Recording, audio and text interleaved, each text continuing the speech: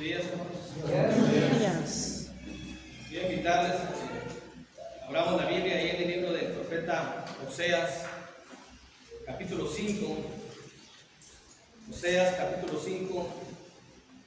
Oseas está después de Daniel. Es el primero de los 12 libros de los profetas menores.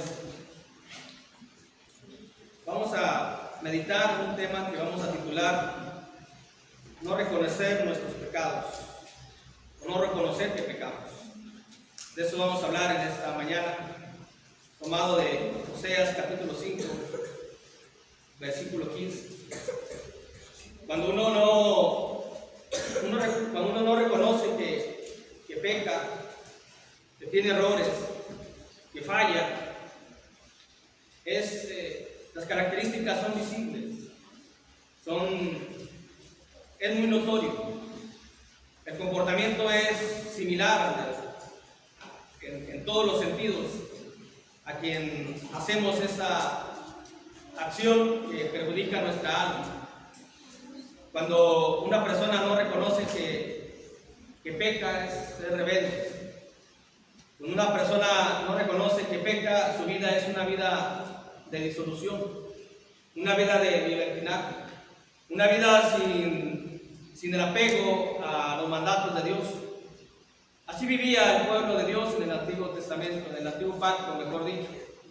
Vivían adorando a los ídolos de talla, a los ídolos de madera, y a la vez adorando a Dios.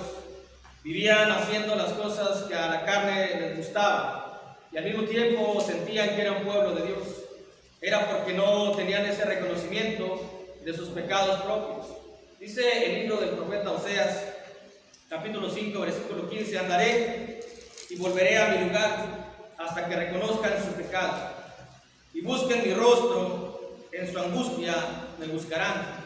Palabra de Dios escrita en este bendito libro que es el libro de Dios. Lo que vamos a ver nosotros de este título son dos cosas nada más. Son dos preguntas. Una de ellas es: ¿cuáles son los resultados de no reconocer que pecamos? ¿Cómo se va a ver reflejada nuestra vida? ¿O cuáles son las consecuencias que vamos a tener? Al fin de cuentas, el resultado es la consecuencia. ¿Por qué mencionamos ese texto y por qué ponemos este título? Porque Dios se aleja, porque Dios se va, porque este pueblo Dios había dado un tiempo límite. Y este pueblo había pecado y pecado y pecado y no había reconocido que estaba en esa situación. Y tal vez nosotros podamos padecer alguno de ellos, algo similar a ellos. Por eso dice Dios: andaré y volveré a mi lugar hasta que reconozcan su pecado.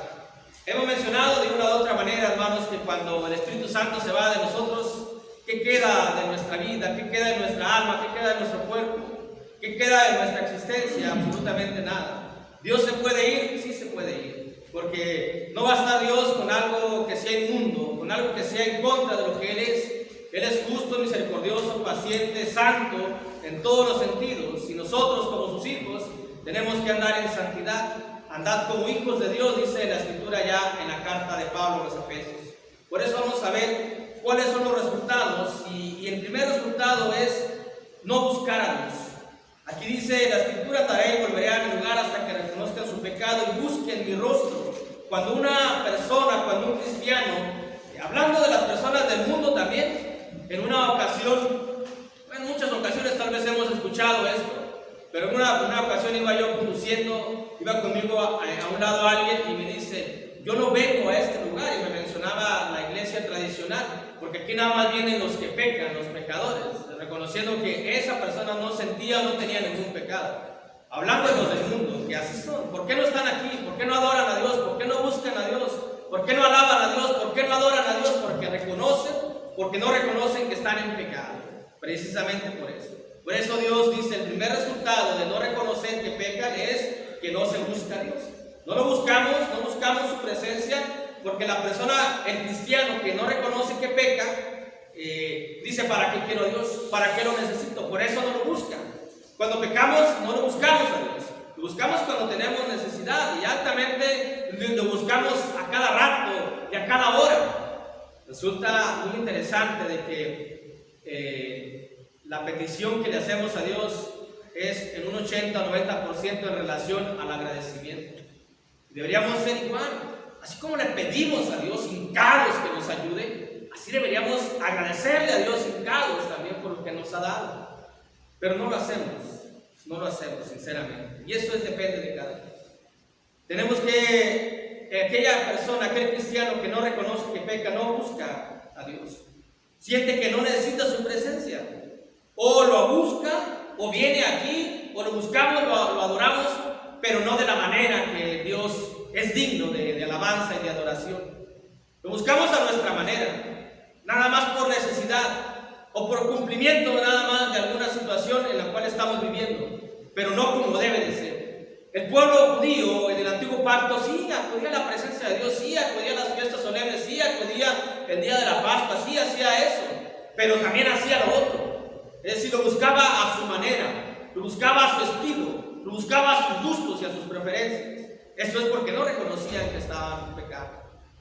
Otra situación que trae consigo el no reconocer, o que trae como resultado el no reconocer que pecamos, o no reconocer nuestros pecados, aparte de que no hay perdón para ellos. Mientras no reconozcamos que pecamos, no hay perdón para ellos.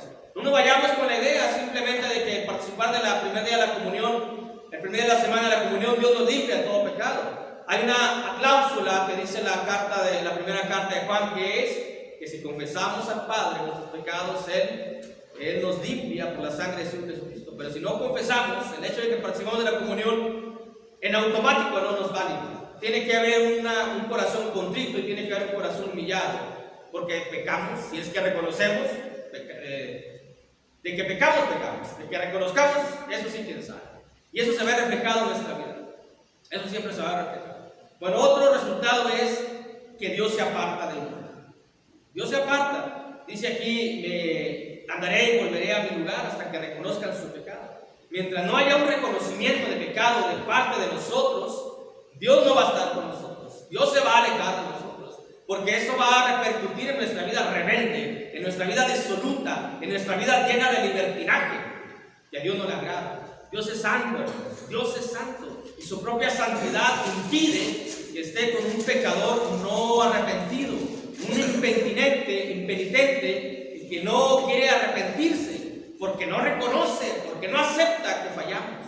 Todos fallamos en algún momento, en alguna situación, en alguna circunstancia, en algún pensamiento, en algún hecho, en alguna palabra. Todos fallamos. Lo más sensato sería reconocer, pero a veces no lo hacemos. Pero cada quien puede hacer lo que cada quien quiere, cada quien podemos hacer lo que cada quien quiere, pero la Biblia nos menciona una situación. El no reconocer que pecamos trae como resultado que Dios se aparte de nosotros. Y eso es una vivencia que nosotros tenemos en nuestro matrimonio, en el noviazgo, con un maestro en la escuela. Cuando los alumnos están con un maestro, con una maestra, y que ese maestro tiene un comportamiento distante, o tiene un comportamiento no aceptable a lo que debe de ser, al estándar, no al gusto, sino como debe de ser. El alumno entrega trabajos, el alumno es siempre trabajador, pero llega un momento que el alumno también se cansa y dice, no, pues ¿para qué si al final de cuentas el maestro no valora como debe de ser? Cuando uno está en un matrimonio, los que están en un matrimonio, que el esposo pone de su parte y la esposa no, llega un momento que dice, es que no hay paridad aquí. Entonces empieza a enfriar el asunto ahí, o caso contrario también, cuando la esposa pone todo y el esposo no, hay un enfriamiento normal, natural, lógico. También Dios hace lo mismo, también Dios siente lo mismo, también Dios nos va a trabajar de esa misma manera, o va a reaccionar de esa manera. Dios es paciente, sí, pero no abusemos de su paciencia. Dice la carta a los romanos que las riquezas de Dios, que es su benignidad y su alta paciencia, nos llevan al arrepentimiento, pero a veces no aprovechamos esas cualidades y características de Dios. Si no las aprovechamos, es que no reconocemos el pecado, entonces Dios se va a alejar. Si Dios se aleja de nosotros, ¿qué nos queda? Cuando Dios se alejó de la presencia íntima, obviamente Dios no se aleja en forma general, pero sí de forma íntima. Cuando Dios expulsa a Adán y Eva, ¿cuál fue la vida de ellos después de disfrutar las mieles del paraíso, del jardín del Edén, de estar ante la presencia de Dios, de tenerlo todo, de no hacer absolutamente nada? nada, de no sufrir nada, luego vienen las consecuencias. Son expulsados por su desobediencia y por no haber reconocido que habían pecado. Se andaba escondiendo a aquel hombre, el primer hombre en la tierra. Y luego, ¿cómo no reconocieron su pecado? Porque culparon a la serpiente, aquel culpó a la mujer, aquel culpó a la mujer. Hubiera dicho, no, es mi culpa. Tal vez hubieran hallado misericordia, pero no. Empezaron a echar culpas. Cuando uno reconoce, es que no es mi culpa, es culpa del hermano que predica, es que es culpa de la hermana que su comportamiento, por eso no voy. No busquemos culpas, tomemos cada quien nuestra responsabilidad. Recordemos que la salvación es individual. Pero, al fin de cuentas, cada quien va a actuar conforme a su corazón.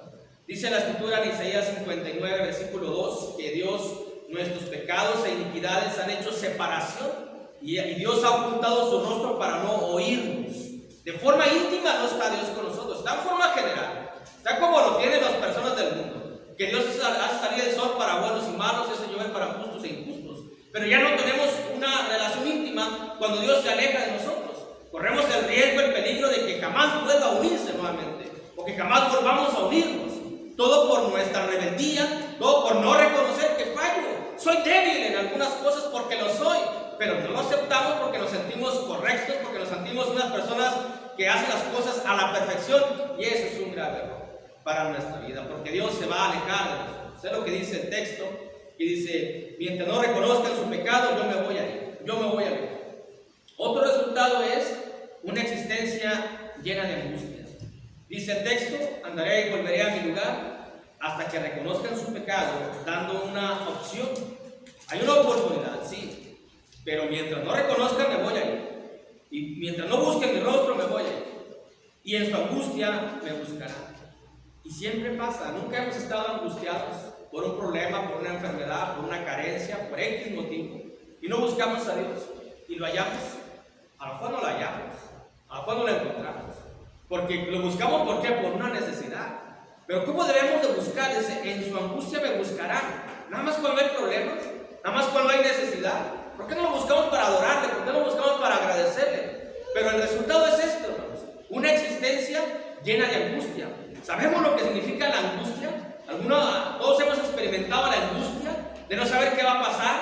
La angustia mayor es qué va a pasar con mi alma. Esa debería ser la angustia mayor. A veces nos preocupamos más por las cosas terrenales, temporales y carnales que por el alma misma. Pero el resultado es una existencia llena de angustia, completamente, angustiosamente. Vivir sin Dios es vivir en la zozobra, es vivir en la incertidumbre. No tener a Dios es no tener que nos cuide, que nos proteja, no tener absolutamente nada, estar a expensas del enemigo, estar a expensas de los espíritus inmundos.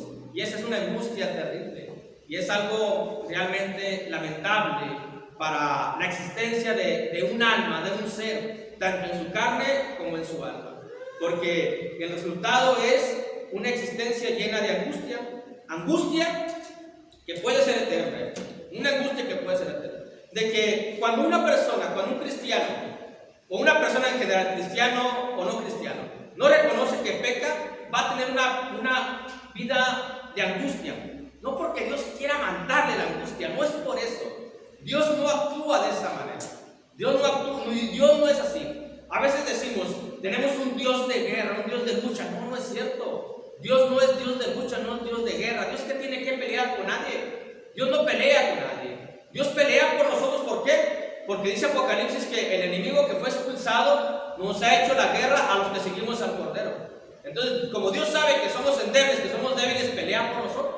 No porque Él tenga una guerra, ¿qué tiene que pelear Dios y menos con el enemigo? Absolutamente nada. Dios no nos manda la angustia porque Él quiere. René me dejó, se alejó, lo voy a mandar una angustia. No. El hecho de estar sin Dios representa una angustia.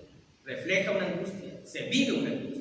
Por eso Dios dice aquí, en su angustia me van a buscar. Porque yo sé, dice Dios, que van a vivir así angustiosamente. Y viven de balde, viven de gratis. Vivimos pues de balde, vivimos de gratis.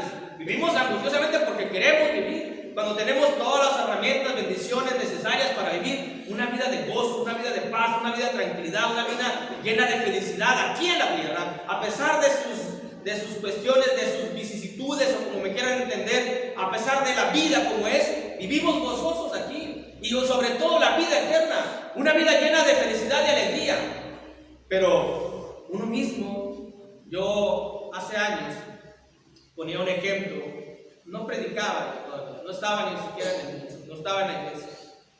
Yo decía de algunas muchachas que se meten en problemas jóvenes. Le decía yo, ves una gran piscina llena de gusanos, llena de todo tipo de animales, de todo tipo de problemas. En vez de que se alejen de ese tipo de situaciones, parece que van y se meten ahí. Uno mismo va y se mete en esas. Uno mismo se mete en problemas, uno mismo. Sus propias decisiones, uno mismo. La vida llena de angustia, uno la decide, uno la elige. Y la vida llena de bendición, también uno la elige.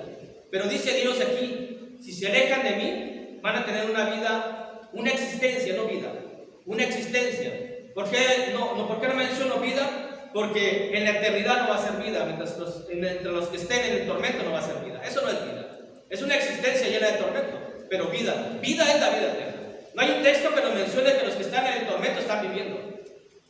Pero sí hay muchos textos que nos mencionen que los que están en la eternidad, o los que van a estar en la eternidad, viven. Esa es la vida.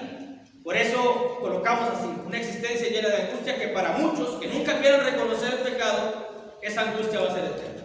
Dice el libro de Jeremías, allá atrásito, en Jeremías capítulo 8, versículo 17 al 20, de que va a ser angustia, va a ser angustia. Puede ser eterna, puede ser temporal, depende de nosotros. Pero para los que no reconozcan nunca el pecado, así nos hayamos bautizado, así estemos aquí, mientras no reconozcamos que pecamos y busquemos a Dios, y busquemos su rostro y sintamos la presencia de Dios, nuestra existencia será llena de angustia, nuestra existencia eterna. Dice Jeremías 8, 17 al 20. Jeremías 8, versículo 17 al 20. Porque he aquí yo envío sobre vosotros serpientes áspides contra los cuales no hay encantamiento y os morderán, dice Jehová. A causa de mi fuerte dolor, mi corazón desfallece en mí. He aquí voz del clamor de la hija de mi pueblo que viene de la tierra lejana. ¿No está Jehová en Sión? ¿No está en ella tu rey? ¿Por qué me hicieron airar con sus imágenes de talla, con vanidades ajenas? El dolor que le causa a uno a Dios. Uno no se pone a pensar en el fuerte dolor, en que su corazón desfallece porque uno no acepta, porque uno no reconoce, porque uno es infiel. Por eso hay tres preguntas aquí. ¿No está Jehová en Sión? ¿No está Dios con nosotros? ¿No tenemos a nuestro rey? Dice, ¿por qué me hicieron airar con sus imágenes de talla, con vanidades ajenas?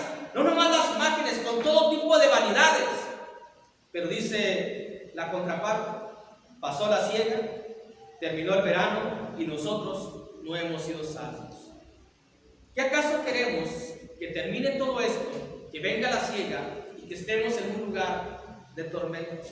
Dice, ya pasó la existencia terrenal, ya pasó la existencia material. ¿Y por qué estoy aquí si estaba en la iglesia? ¿Por qué? Porque nunca reconocí que pequé. Y si nunca reconozco que pequé, ¿cómo voy a pedir perdón? ¿Cómo voy a arrepentirme? Si no hay un arrepentimiento, ¿cómo voy a llegar a la presencia de Dios? Por eso puede ser eterna. Y también es temporal, o puede ser temporal. Pero aunque sea temporal y haya oportunidad de volver nuevamente, ¿para qué? ¿Qué necesidad hay de sufrir? ¿Qué necesidad hay de lamentarse luego?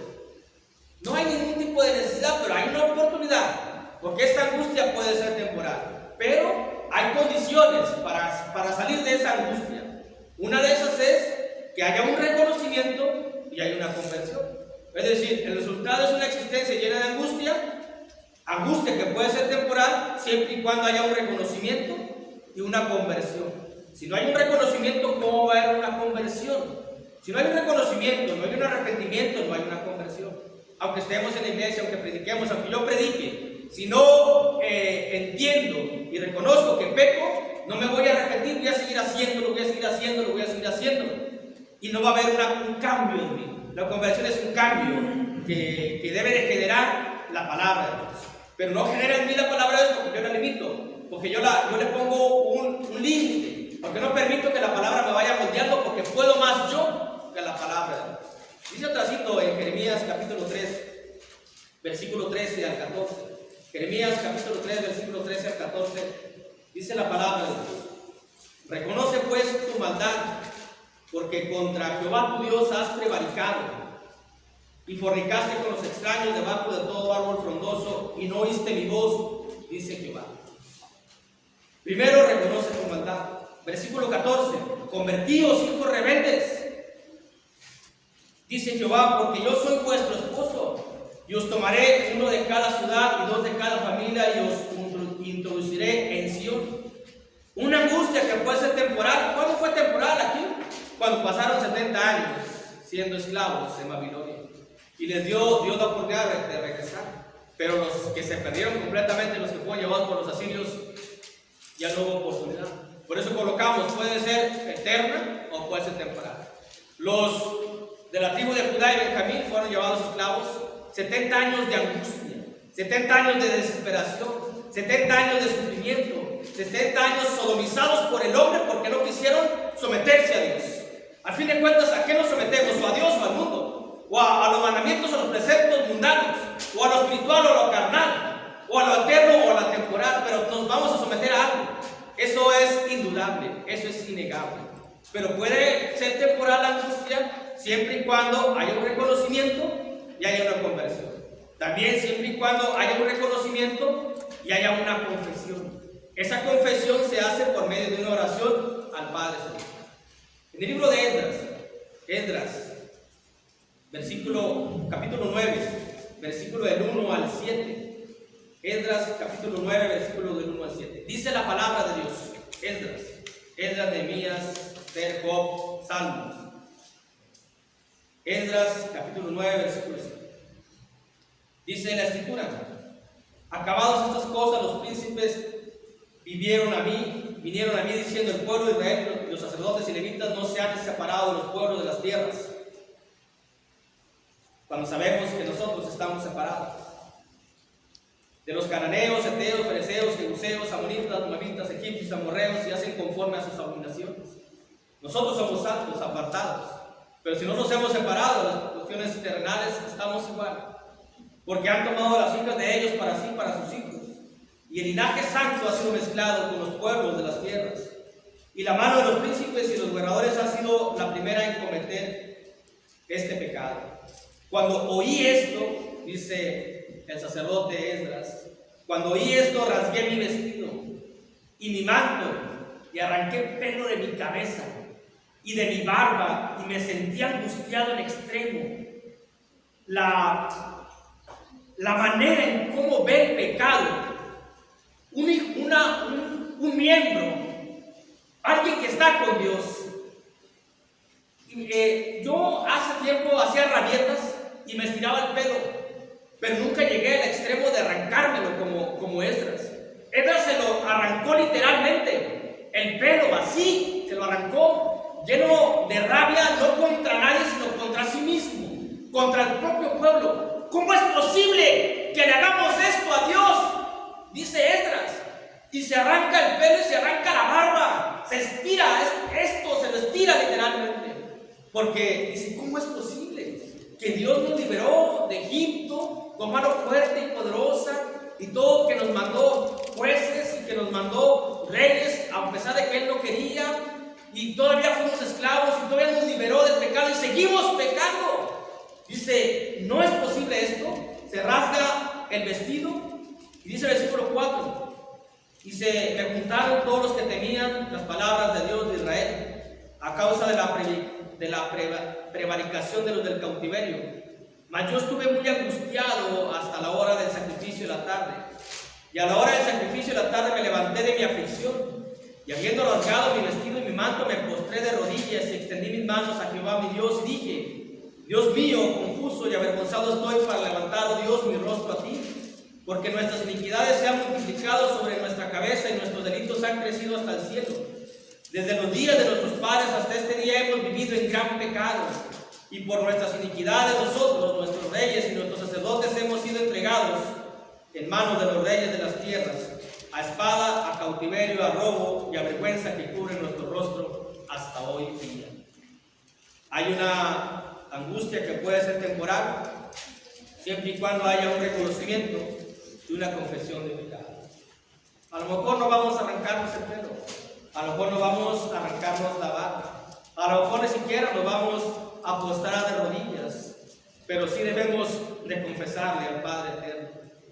Cuando lo confesamos, cuando reconocemos, cuando nos sentimos tristes, cuando lloramos amargamente como Pedro, que había llorado amargamente por haber negado al Señor Jesús.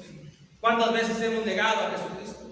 ¿Cuántas veces lo hemos negado por estar en el mundo, por estar en el trabajo, por estar en las cuestiones que no deberíamos de estar? Y que nos preguntan, ¿eres cristiano? Nosotros agachamos la cabeza y decimos sí al pasito y lo negamos. Y después de eso, ¿cuántas veces hemos llorado? ¿Cuántas veces no hemos estado en la iglesia pudiendo estar? No importamos que esté Dios aquí. Tenemos que haber un reconocimiento si es que queremos la eternidad. Tiene que ser por medio del reconocimiento y a través de la oración. Más adelante, en el libro del profeta Daniel, antes de Oseas, encontramos otra confesión de pecado. Nada más por mencionar algunos pasajes que en el Antiguo Testamento hay muchos de ellos cuando regresan o cuando estaban en esclavitud, porque cuando gozaban de las mieles de la libertad, del libertinaje, no sentían que estaban pecados, no reconocían. Hasta que viene otra generación que dice, sí, desde nuestros padres hasta hoy hemos pecado, no hemos obedecido a Dios. Daniel, en el capítulo 9, nos dice, en el año primero de Darío, hijo de Asuero, de la nación de los Medos, que vino a ser rey sobre el reino de los caldeos, en el año primero de su reinado, yo, Daniel, miré atentamente en los libros y el número de los años que habló Jehová, el profeta Jeremías, que habían de cumplirse las desolaciones de Jerusalén de 70 años. Las desolaciones, la angustia, la desesperación. Y volví mi rostro a Dios, el Señor, buscándole en oración y ruego, en ayuno, silicio y ceniza. Lloré a Jehová, mi Dios, e hice confesión diciendo, ahora, Señor, Dios grande, digno de ser temido, que guardas el pacto y la misericordia con los que te aman y guardan tus mandamientos, hemos pecado, dice, hemos cometido iniquidad, hemos hecho impíamente, hemos sido rebeldes y nos hemos apartado de tus mandamientos y tus ordenanzas. 5 cosas reconoce Daniel: hemos pecado, hemos cometido iniquidad, hemos hecho impíamente, hemos sido rebeldes y nos hemos apartado de tus mandamientos y de tus ordenanzas. No hemos obedecido a tus siervos, los profetas, en tu nombre hablaron a nuestros reyes, a nuestros príncipes, a nuestros padres y a todo el pueblo de la tierra. Había una confesión sincera de reconocimiento. Y eso los liberó de esa angustia. Apartarse de Dios, no reconocer el pecado, no reconocer que pecamos, trae como resultado que no busquemos a Dios. Trae como resultado que Dios aparte de nosotros. Trae como resultado una existencia llena de angustia, que puede ser eterna o puede ser temporal. Depende de nosotros. Otra pregunta, que es otro asunto. ¿Quiénes son los que reconocen los pecados? ¿O quiénes son los que reconocen que pecan? Tomando en relación este punto que hemos mencionado, ¿quiénes son los que reconocen que cometen pecado? Primeramente son los humildes. Cuando hay humildad, hay reconocimiento. Si no hay humildad, hay soberbia y hay orgullo. O eres humilde o eres soberbio, nada más. No puedes estar uno en medio. Y mientras haya soberbia y orgullo, no va a haber reconocimiento. No he pecado, yo estoy correctamente. Dios se equivoca, Dios no me conoce. Pero la palabra, mira, no te oigo, me oigo a mí mismo, me oigo mi conciencia, me oigo mi corazón, me veo mi vida, veo mi espejo, en el espejo me veo perfecto. Eso es porque hay soberbia, porque hay orgullo y no hay humildad. Si no hay humildad, no vamos a buscar a Dios. ¿Por qué venimos aquí? ¿Cómo venimos aquí? Con orgullo, con soberbia. Venimos con humildad, buscamos a Dios con humildad. Queremos saber si Dios nos ve, a ver si Dios nos halla. No porque estemos aquí le estamos haciendo un favor a Dios, estamos agradeciéndole a Dios. Pero tenemos que venir con esa humildad necesaria, sabiendo que hemos pecado en la semana, reconociendo que hemos pecado.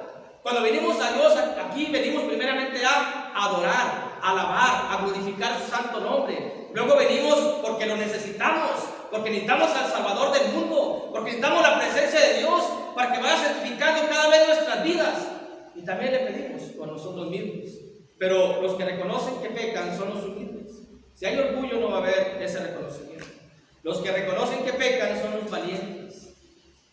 Los valientes son los que en ellos hay reconocimiento de pecado. La Biblia dice que el reino de los cielos solamente es conquistado por los valientes. La Biblia del Apocalipsis dice que los cobardes no heredarán el reino de los cielos.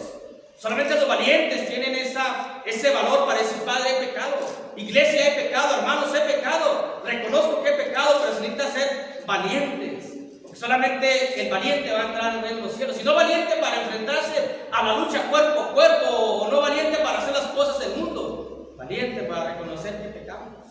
Pero solamente los valientes van a hacer ese comportamiento, esa actitud necesaria para la salvación del alma. Porque tiene que haber un reconocimiento. Y por último, ¿quiénes son los que reconocen que pecan? Son los sensatos, los sabios, los inteligentes, los que dicen: yo veo la Biblia, sé que va a haber una vida de angustia, no la quiero vivir. ¿Por qué voy a vivir angustiosa? No, yo soy inteligente, no, yo soy sensato, no, yo soy sabio. Entonces, si para vivir bien tengo que reconocer que peco, reconozco. ¿Por qué voy a vivir lleno de angustia? ¿Por qué, habiendo la oportunidad de vivir feliz, contento, sano, agradable para Dios y para mi vida y para mi cuerpo y para mi alma, por qué vivir angustiado? ¿Por qué? Pero solamente los sensatos, los inteligentes, que ven esta oportunidad y dicen: la aprovecho, la logro, la agarro. Si con eso me libro de todo, dice el Señor: échame a mí todo, quítate de todo el pecado que te asedia. ¿Cómo? Confiésalo, y vas a vivir ligerito, y vas a caminar, y vas a andar. Pero solamente los que son sabios, los que son sensatos, los que son inteligentes. A veces somos insensatos probablemente, a veces no somos tan valientes probablemente, a veces no somos tan humildes probablemente. ¿A qué nos invita Dios en esta mañana? A que reconozcamos el pecado teniendo estas tres cualidades y características: humildad, valentía y sensatez. Y que veamos también los resultados por no pecar, los resultados por no reconocer que veamos esto, porque es algo sumamente importante para nuestra vida. Hay una allá en el Evangelio de Lucas, que ahí vamos a concluir, hermanos, Lucas capítulo 17. En el Evangelio de Lucas capítulo 17 vemos capítulo 18, el versículo 9 en adelante, vemos la parábola del fariseo y el publicano. El fariseo, que era una persona no humilde, una persona soberbia, dice: no, hombre, gracias que no me hiciste como mira, yo hago esto, yo soy esto, yo soy lo otro, yo soy lo otro. Y el publicano ni siquiera quería levantar la cabeza, reconociendo que había pecado, reconociendo su cuestión, ni siquiera quiso levantar la cabeza. ¿Y cuál de los dos salió justificado de ahí? El que reconoció su pecado, dice el versículo 14: os digo que descendió a su casa justificado antes que el otro, porque cualquiera que se enaltece será humillado, y el que se humille será enaltecido. Escuchemos la palabra de Dios en esta mañana, hermanos. Obedezcamos el mandamiento de Dios. Tengamos esas características de reconocimiento: humildad, valentía y sensatez. Y también veamos los resultados. Y no queramos vivir angustiados, queramos vivir felices. Dios quiere que nosotros seamos felices, estemos gozosos.